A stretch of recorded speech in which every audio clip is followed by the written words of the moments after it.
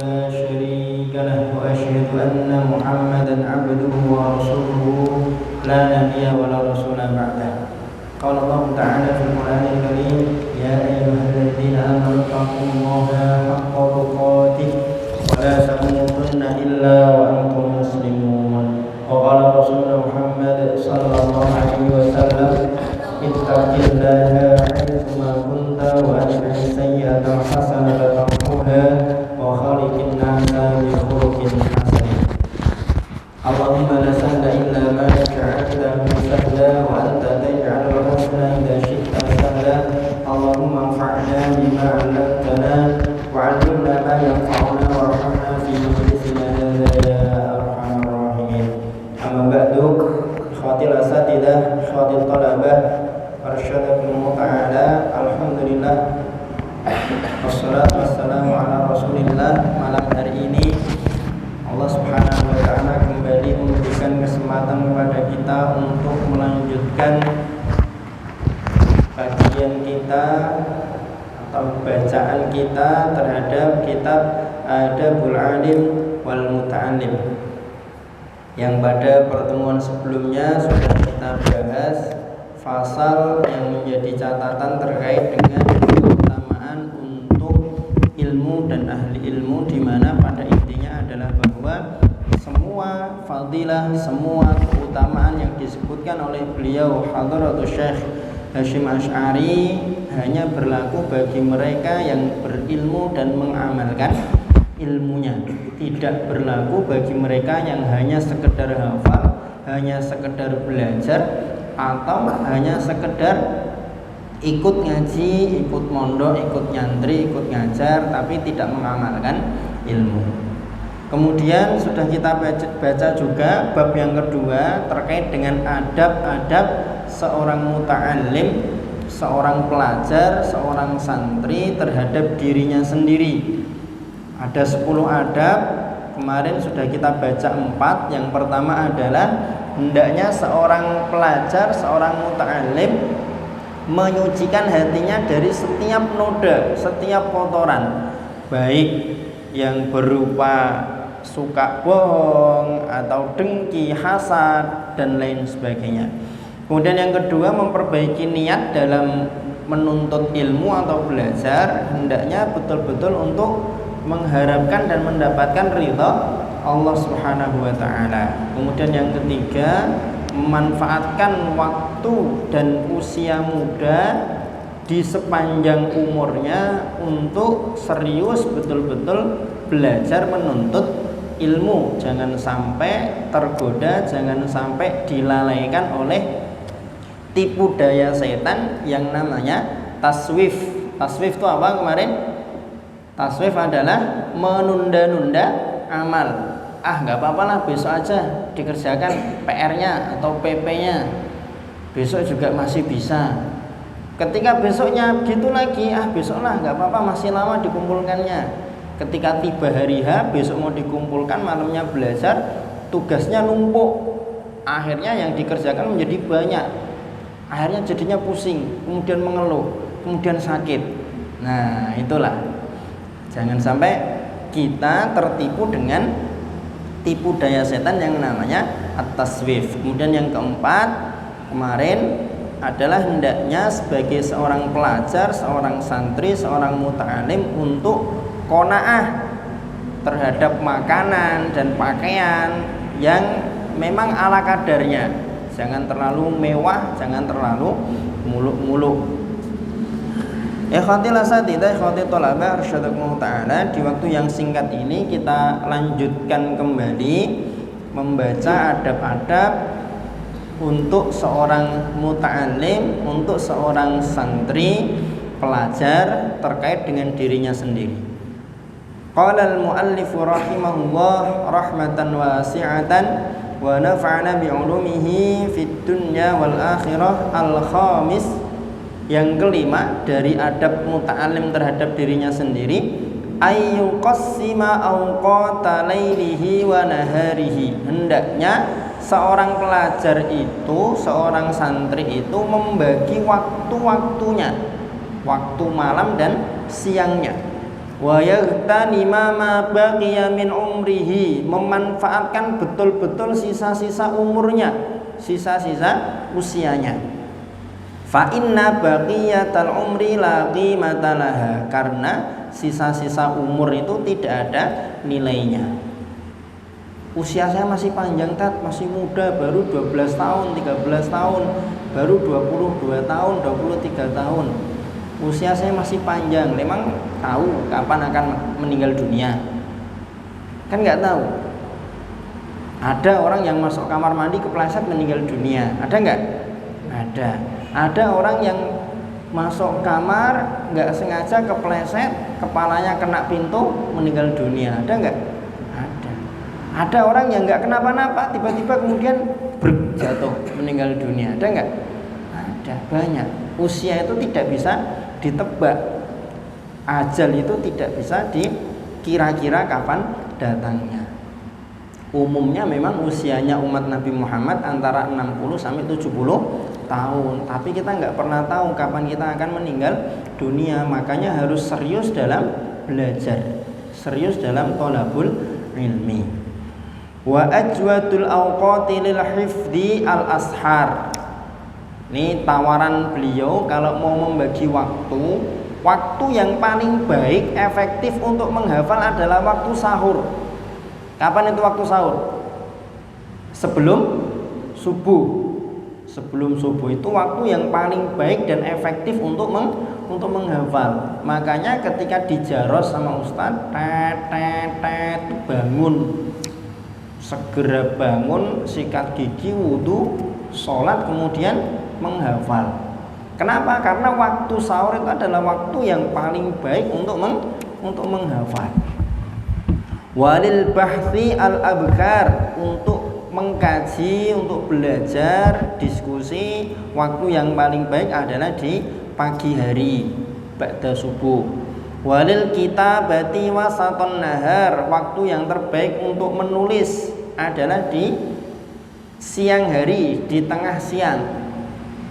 Ini kalau kita sudah punya kebiasaan untuk menulis, mengarang, membuat karya tulis. Walil mutola'ati wal mudzakarati al-lail, untuk mutola'ah, mudzakarah, belajar, mengulang pelajaran itu waktu yang efektif dan paling baik adalah di malam hari. Wa ajwatu amakinil hifdhi al-ghuraf, lokasi yang paling baik untuk menghafal adalah di kamar, di ruangan. Kalau di kamar itu nanti magnet guling dan bantal terlalu besar sehingga menggoda untuk tidur, ya berarti jangan di kamar. Cari ruangan tapi bukan ruangan kamar. Kalau belajar di kamar, ambil bantal, udah belajarnya 5 menit, tidurnya 50 menit. Maka al-ghuraf di sini adalah ruangan. Wa kullu maudhi'in ba'idin 'anil mulhiyat, dan setiap tempat yang jauh dari hal-hal yang melalaikan. Wala yuhsinul hifdhu bi hadratin nabat, tidak baik menghafal di lokasi yang di situ ada tumbuh-tumbuhan. Di lokasi yang di situ ada tumbuh-tumbuhan. Wal khadrah, atau pemandangan hal-hal yang berwarna hijau. Wal anhar, dan sungai. Wa dojijil aswad, dan suara yang bising atau ribut. Ya jelas, menghafal tapi bising, rame kan sulit kan. Makanya kalau kamu kumpul semua di satu tempat terus semuanya ngobrol, ya mesti jadinya bising dan sulit untuk menghafal. Ini yang kelima. Intinya yang kelima ini adalah seorang muta'alim, seorang pelajar itu hendaknya membagi waktunya. Jangan sampai waktu ngaji malah tidur, waktu tidur malah main, waktu main malah main. Nah, itu jangan. Waktu ngaji ya ngaji, waktu belajar ya belajar, waktu tahfidz ya tahfidz. Dibagi waktunya. Kalau kamu nggak bisa bagi waktumu sendiri, ikuti jadwal yang sudah dibuat oleh asatid, ikuti jadwal yang sudah ditetapkan oleh pondok, oleh ma'had, kan gitu. As-sadisu yang keenam, ayyuqallilal akla wasyurba, meminimalisir, mengurangi makan dan minum. Jangan banyak makan, jangan banyak minum. Kenapa? Fa inna syiba'a yamna'u minal ibadah. Karena perut yang kenyang itu akan menghalangi seseorang dari beribadah. Orang itu kalau kenyang itu hawanya kan mesti hawanya malas, makan terus malas. Wa yuskilul badana, dan akan membuat badan ini terasa berat. Kenapa? Karena kenyang. Wa min fawaidi qillatil akli, di antara faidah sedikit makan adalah sihatul badani, badan itu akan sehat. Wa daf'ul amradi al badaniyah, dan akan menolak, menghalangi, menghindarkan dia dari penyakit-penyakit badan. Fa inna sababaha kasratul akli wa kasratus syurbi, karena penyakit-penyakit yang menimpa tubuh kita itu sebabnya adalah karena banyak makan dan banyak minum. Apalagi semuanya dimakan, semuanya diminum. Fanta, Sprite, es boba, es bobi, es bubu, diminum semua. Mie goreng, mie rebus, mie bakar, nasi goreng, nasi rebus, nasi bakar, makan semua. Seblak, seblik, seblok dimakan semua. Nah, udah ya.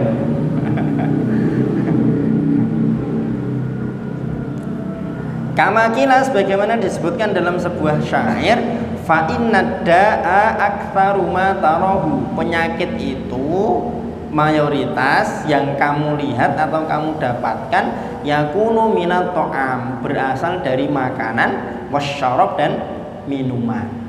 Semakin kita steril, semakin kita menjaga pola makan dan minum, insya Allah tubuh kita akan semakin sehat.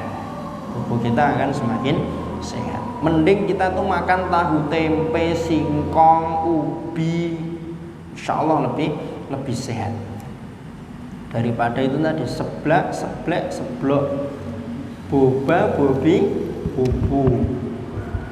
Wasihatul qulubi minat tughyani wal bator, nanti akan menjadikan hati kita sehat dari sifat sombong. Walam yura ahadun minal awliya, tidak pernah dilihat ada seorang pun dari kalangan para wali, wal a'immah, dan para imam, wal ulama il akhyar, dan ulama-ulama pilihan, yattasifu, bersifat, memiliki sifat, au yusofu, atau disifati oleh orang lain, bikathratil akli, sebagai orang yang banyak makan, wala humida bihi, dan tidak diapresiasi karena banyak makan. Nggak ada istilahnya orang itu kok dipuji karena fulan kasratul akli, nggak ada. Kalau kasratul warok mungkin iya, banyak waroknya. Fulanun zahid, kan gitu. Para ulama julukannya gitu, zahid, warok, dan lain sebagainya. Nggak ada kok ulama, seorang wali, seorang tokoh disebut sebagai fulan kasratul akli, enggak ada. Enggak ada. Ikhwatil asatidah, ikhwatil talaba arsyadakumullah ta'ala, wa innama tuhmadu kasratul akli minad dawab. Banyak makan itu adalah pujian yang diberikan kepada binatang. Allati la ta'qil, di mana binatang itu tidak berakal, wa tursadulil amal, dan disiapkan untuk bekerja, ya kan? Punya sapi banyak makan, wah dipuji-puji, sip, banyak makan biar cepet gemuk, nanti biar kalau dijual laku mahal, ya kan? Itu sapi, kalau kita terlalu banyak makan ya nanti mau kayak sapi, banyak makan ya biar cepet gemuk, kalau dijual mahal. Ikhwatil asatidah, ikhwatil thalabah rasyadallahu ta'ala, itu yang keenam. Kurangi makan, kurangi minum. Syukur-syukur kalau bisa rutin puasa, baik puasa ayyamul bid, Senin Kamis atau puasa Daud. Wasabi'u yang ketujuh, ayyu akhidha nafsahu bil waraq. Hendaknya dia komitmen pada dirinya sendiri untuk warok. Warok itu apa? Ustadz sudah pernah membahas kayaknya terkait dengan warok di kelas. Warok itu meninggalkan sesuatu yang sebenarnya tidak apa-apa karena khawatir akan terkena apa-apa. Tarku ma la ba'sa bihi khaufan lima fihi ba'sun. Sebenarnya nggak masalah, nggak apa-apa, tapi karena khawatir akan kena dosa maka ditinggalkan, kan gitu. Seperti misalkan piring. Nah ini punya temen kok, insya Allah boleh, insya Allah nggak apa-apa, diambil dipakai. Yang punya masuk kamar nyari loh, piringku di mana? Awas yang ngambil. Semoga, wah itu udah hati-hati kalau ada yang mendoakan seperti itu. Sandal, pulpen, ya, buku, bahkan kertas, harus hati-hati, harus warok. Wal ihtiyati fi jami'i sya'nihi, dan berhati-hati dalam seluruh urusan dan keadaannya. Wa yataharral halala fi ta'amihi, berusaha kuat sungguh-sungguh supaya makanan yang dikonsumsi itu betul-betul makanan yang halal. Wa syarabihi, dan minuman yang dia minum juga minuman yang halal. Wa libasi, dan pakaian yang dia gunakan juga pakaian yang halal. Jangan sampai di jemuran lihat ada baju bagus terus diambil. Nah, itu. Jangan sampai di jemuran lihat ada celana bagus diambil, ada sendal bagus diambil. Nah, jangan sampai. Wa maskanihi, dan tempat tinggalnya juga tempat tinggal yang halal. Wa fi jami'i ma yahtaju ilaihi, dan segala sesuatu yang dia butuhkan. Kenapa kau harus berusaha supaya semua itu halal? Liyastani qalbuhu, supaya hatinya bercahaya, supaya hatinya bersinar. Wa yasluha liqabulil ilmi, sehingga kalau hatinya bersinar, hatinya akan semakin layak untuk menerima ilmu. Bayangkan, ilmu itu kan cahaya. Kalau hati kita itu gelap karena banyak dosa, banyak maksiat, ilmu itu nggak akan mau masuk. Termasuk diantara dosa itu apa? Sombong. Orang yang sombong itu sulit untuk mendapatkan ilmu. Kenapa? Karena yang namanya sombong itu kan tinggi kan. Sedangkan ilmu itu dia akan mengalir. Mengalir itu dari tinggi ke rendah, rendah ke tinggi, tinggi ke rendah. Nah kalau orang itu sombong, dia berada di tempat yang tinggi, ilmu nggak akan sampai kepada dia kalau dia sombong. Wa nurihi wan naf'i bihi, mendapatkan cahaya ilmu dan bisa mengambil faedah atau manfaat terhadap atau dari ilmu.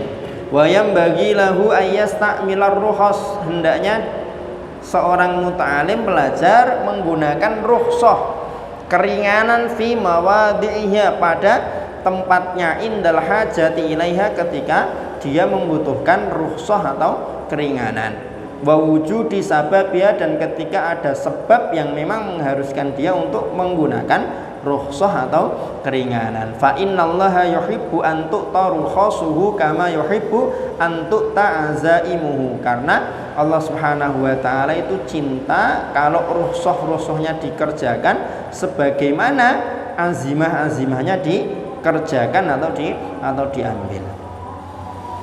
Wasaminu yang kedelapan, ayyuqallila isti'malal mata'im, meminimalisir atau mengurangi menggunakan al-mata'im allati hiya min asbabil baladah, mengkonsumsi makanan-makanan yang bisa menyebabkan bodoh.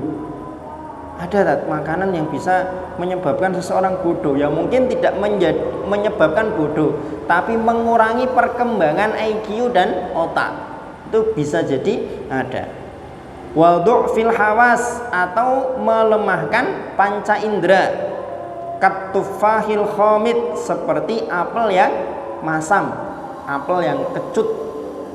Wal baqila, kacang-kacangan. Wa syurbil khalli, minum cuka. Ada yang suka cuka di sini.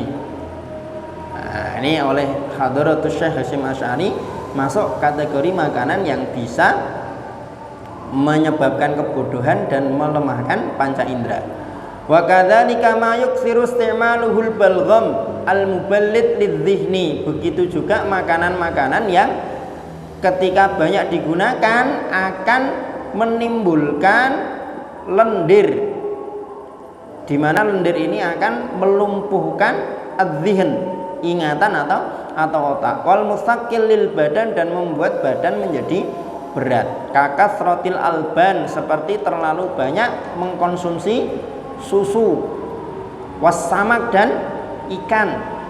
Wa asbahi dzalika, dan lain sebagainya. Nah, tentunya kalau hari ini berdasarkan riset medis ada makanan-makanan lain yang bisa mengakibatkan lemah perkembangan otak atau membuat tubuh itu berat dan malas. Nah, itu berarti masuk kategori ini, makanan yang hendaknya dikurangi untuk dikonsumsi oleh seorang muta'alim. Wayam bagi seyogyanya ayyajutaniba, menjauhi mayurithun nisyan bil khasiyah, makanan yang secara khusus bisa menyebabkan lupa. Ka'akli athri su'ril fa'ri, seperti makan minuman bekas tikus. Memakan makanan yang sebelumnya dikrikiti atau dimakan oleh tikus. Tempat kita aman ya, insyaallah ya, aman. Wa qiraati alwahil kubur, membaca batu nisan di kuburan. Wa dukhuli baina jamalaini maqturaini, masuk memutus dua ekor unta yang berjejer, jalan beriringan. Wa ilqa'il kumali hayyan, membuang kutu dalam kondisi hidup, membuang kutu dalam kondisi hidup. Yang kedelapan intinya berarti mengurangi makanan-makanan yang bisa menyebabkan kebodohan dan membuat badan terasa berat. Wattasi'u, yang kesembilan, 6 menit ya.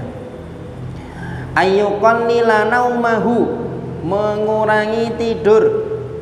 Malam yalhaqhu dororun, selama ketika dia mengurangi tidur itu dia tidak terkena madorot fi badanihi, pada tubuhnya, wa dhihnihi, dan otaknya. Kalau kita tidurnya sedikit kok tubuh kita jadi lemes, atau pikiran dan akal kita menjadi lemah, ya berarti tambah porsi tidurnya. Tapi ketika dengan sedikit tidur itu badan kita nggak lemes, maka hendaknya kita mengurangi tidur. Berapa lama standar tidurnya? Wala yazida fi naumihi fil yaumi wal lailati ala thamani sa'atin. Jangan sampai tidurnya dalam sehari semalam itu lebih dari 8 jam. Jangan sampai lebih dari 8 jam.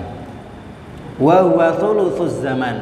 Kalau setiap hari kita tidur 8 jam, maka selama kita hidup di dunia ini, 1/3 umur kita pakai untuk tidur.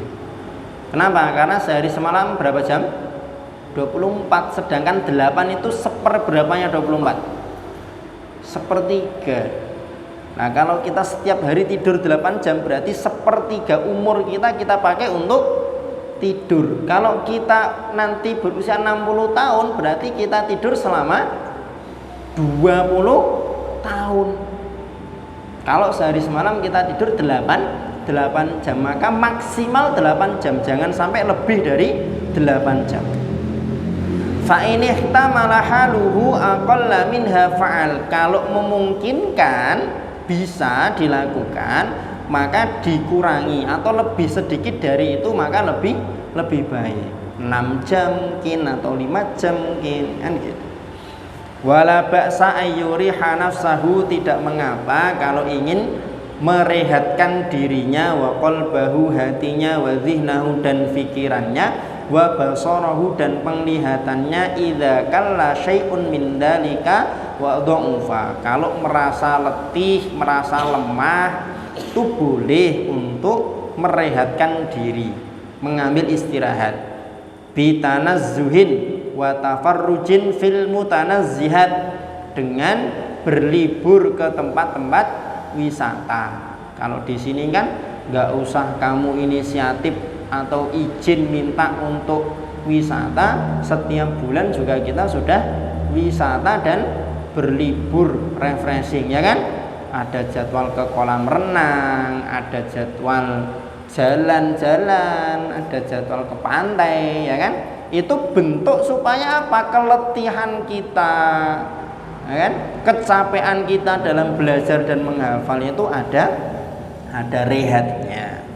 Bihaitsu ya'udu ila halihi, standarnya dia boleh berlibur, tapi dengan liburnya ya'udu ila halihi, dia akan kembali ke performa sebelumnya yang maksimal, semangat lagi. Kalau setelah berlibur malah semakin berpikir untuk libur, berarti ya nggak usah libur.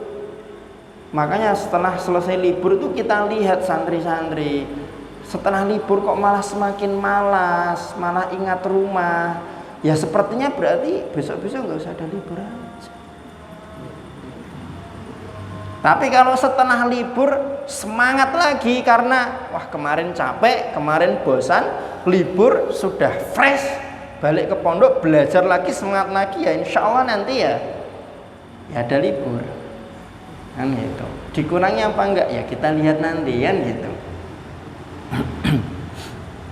Bihaitsu ya'udu ila halihi wa la yadhi'u alaihi, juga tidak mendatangkan kesia-siaan pada dirinya. Jadi yang ke-9, adab seorang muta'allim, seorang santri, seorang belajar adalah apa? Mengurangi tidur, maksimal sehari semalam 8 jam. Kalau bisa kurang, lebih baik kurang dari 8 jam. Boleh sesekali berlibur, tapi dengan libur itu harus kembali semangat, harus fresh lagi. Jangan sampai habis libur malah ingat yang di rumah, ingat TV, ingat kucing, ingat burung, ingat ikan, ingat bebek, ingat HP, dan lain sebagainya. Ketika kita di pondok ya harus fokus untuk belajar biar jadi anak soleh, belajar biar jadi anak soleh. Wal asyir, yang terakhir, yang ke-10, ayat trukal isroh, meninggalkan sering berbaur atau sering ngobrol, sering bergaul. Fa inna tarkaha min ahammi ma yang bagi li thalibil ilmi, meninggalkan berbaur ini adalah diantara sesuatu yang paling penting untuk dilakukan seorang thalibul ilmi. Wala siyama li ghairil jinsi, apalagi kalau membaurnya, bergaulnya itu dengan selain penuntut ilmu, selain pelajar. Khususon in kathura la'buhu wa qallat fikratuhu, apalagi kalau mereka banyak mainnya, ide-idenya, pikirannya juga sedikit. Fa inna tab'a sarraqun, karena tabiat atau sifat itu akan mencuri, akan mempengaruhi kita. Sebelumnya udah semangat karena banyak ngobrol, bergaul dengan orang yang tidak semangat belajar, akhirnya ikut-ikutan malas. Wa afatul isyrati diya'ul umri bi ghairi faidatin, terlalu banyak bergaul, membaur, itu akan menyia-nyiakan umur tanpa faidah. Wa dhihabiddin, dan hilangnya agama. Idza kana ma'a ghairi ahlihi, jika bergaul, membaur dengan orang yang tidak punya agama. Fa in ihtaja ila man yashabuhu falyakun, kalau memang dia butuh teman, butuh sahabat, maka hendaknya memilih seorang teman yang solihan, orang yang soleh, dayinan, agamanya bagus, takian, bertakwa, waro'an, orang yang warok, zakian, orang yang suci atau baik akhlaknya, kathirul khair, banyak kebaikannya, qalilas syarri, sedikit kejahatannya, husnul muru'ah, baik kewibawaannya, qalilul mamarat, inna siyadzakara wa indakara a'anahu, sedikit jalan-jalannya, jika lupa dia mengingatkan, kalau dia ingat maka akan membantu atau menolong. Jadi yang ke-10 intinya adalah sebagai seorang muta'alim, seorang pelajar, orang yang menuntut ilmu dan terus menambah ilmu, kita seharusnya jangan terlalu banyak membaur, jangan terlalu banyak ngobrol, jargon dan lain sebagainya. Ini ikhwatil asatidzah, ikhwatil thalabah, arsyadakumullah ta'ala, 10 adab, 10 etika seorang muta'alim terhadap dirinya sendiri. Harus kita perhatikan, kita amalkan. Semoga dengan mengamalkan apa yang sudah kita pelajari, Allah Subhanahu wa ta'ala berkenan memberikan rizki ilmu kepada kita, kelapangan rizki, kelapangan pikiran, kemudahan untuk menghafal, diberikan kemudahan dalam memahami pelajaran, dan semua itu mengantarkan kita untuk menjadi pribadi-pribadi dan orang-orang yang soleh. Nanti kita masuk surga mendapatkan ridha Allah Subhanahu wa ta'ala dan mengajak semua keluarga kita untuk kumpul bersama di surganya Allah Subhanahu wa ta'ala. Allahumma amin. Begitu ikhwatil asatidzah, ikhwatil thalabah, arsyadakumullah ta'ala, kita cukupkan. Kita tutup dengan membaca doa kafaratul majlis. Subhanakallahumma. Assalamualaikum warahmatullahi wabarakatuh.